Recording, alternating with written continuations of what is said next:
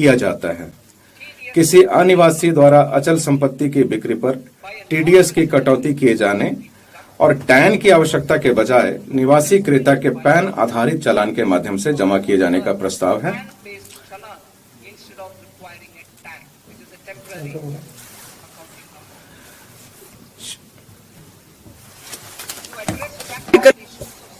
छात्रों, युवा पेशेवरों, तकनीकी कर्मचारियों, अन्यत्र चले गए अनिवासी भारतीयों और ऐसे अन्य छोटे करदाताओं की व्यावहारिक समस्या को दूर करने के लिए मैं इन करदाताओं के लिए एक निश्चित आयकर के नीचे अथवा परिसंपत्ति को प्रकट करने के लिए 6 माह की विदेशी परिसंपत्ति प्रकटीकरण योजना शुरू करने का प्रस्ताव करती हूँ।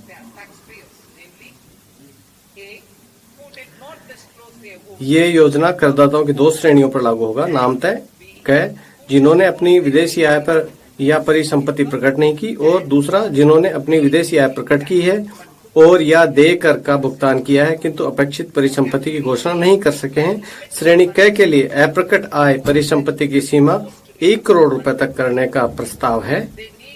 उन्हें कर के रूप में परिसंपत्ति के उचित बाजार मूल्य का 30% या अप्रकट आय का 30% और दंड के स्थान पर अतिरिक्त आयकर के रूप में 30% का भुगतान करना होगा। इससे अभियोजन से उन्मुक्ति होगी। श्रेणी ख के लिए परिसंपत्ति मूल्य 5 करोड़ तक करने का प्रस्ताव है। इसमें 1 लाख रुपए के भुगतान पर दंड और अभियोजन दोनों से उन्मुक्ति होगी। दंड और अभियोजन को युक्तिसंगत बनाना। कार्यवाहियों की विविधता व्यापार की सुगमता में बाधा डालती है। मैं दोनों के लिए एक सामान्य आदेश के माध्यम से कर निर्धारण और दंड कार्यवाहियों को एकीकृत करने का प्रस्ताव करती हूँ। अपील की प्रक्रिया के निष्कर्ष पर ध्यान दिए बिना प्रथम अपीलीय प्राधिकारी के सक्षम अपील की अवधि के लिए दंड राशि के संबंध में करदाता का कोई ब्याज देयता नहीं होगी।